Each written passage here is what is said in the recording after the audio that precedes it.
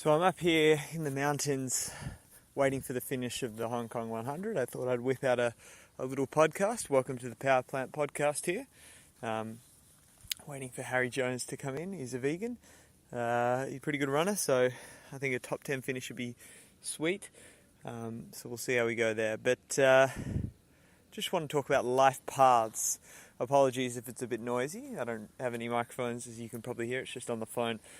So there are lots of paths to choose in life, and we've all got lots of different choices, and I'm lucky that, you've been born into a certain situation, and I've got lots of opportunities that I've also created for myself.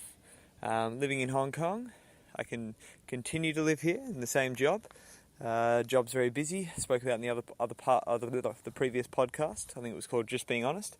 And I can either choose to stay in here, Hong Kong, build up my running.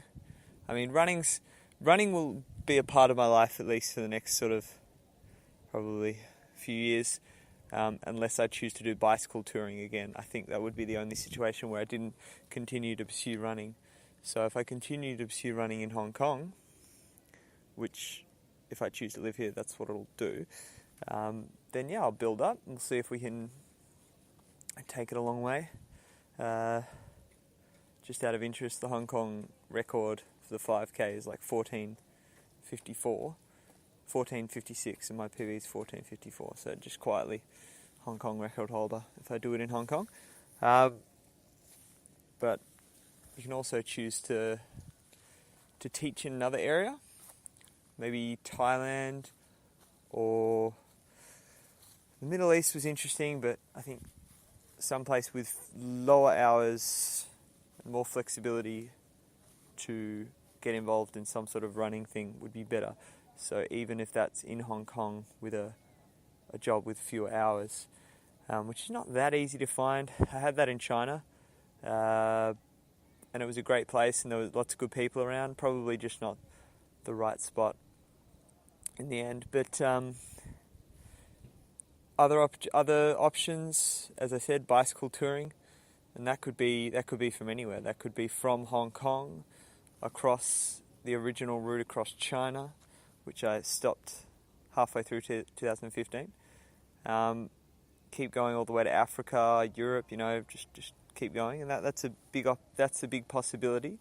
However, I'd probably want to save up enough money so that I can live off the interest, and that's also an idea. Is just to save up enough money so that any work I have to do is very part-time, just covering the bills now, and then you just live off the interest, because I don't need a lot of money to get by, and I don't really ever foresee that changing. Don't plan on having a family or anything like that, no kids, so that gives a lot of flexibility in terms of that, lowering the workload. Could go back to Australia, study more, or I don't know, live with the family, I guess. But I do like being independent and doing my own thing at the same time, but it's good to have a family base, and home is always home.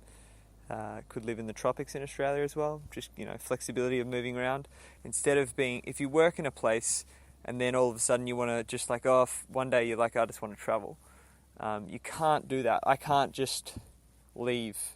I can't just live in Hong Kong without working in this job.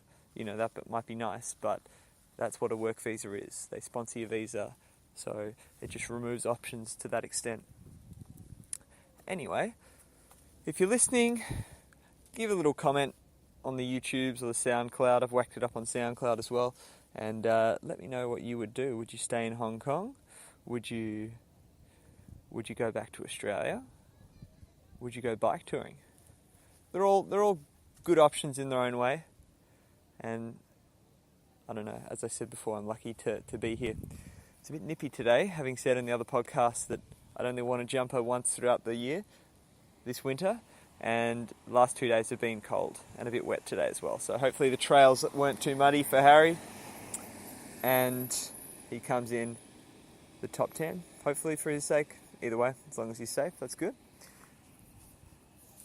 Been listening to a lot of the Vegan Revolution podcast, and love his style. He's very blunt, let's say, and I think there are a lot of modes. There are a lot of ways to get people to think about different things. It's not just about eating more plants. It's also, you know, I mean, when people were trying to get rid of slavery, it's the same kind of thing. There were abolitionists, there were welfareists, you know, people who treat the slaves better instead of just get rid of them. And there were people who were, you know, sympathizers, and there were people that looked the other way. But in the end, I think being blunt is probably a better way to get people to see the situation.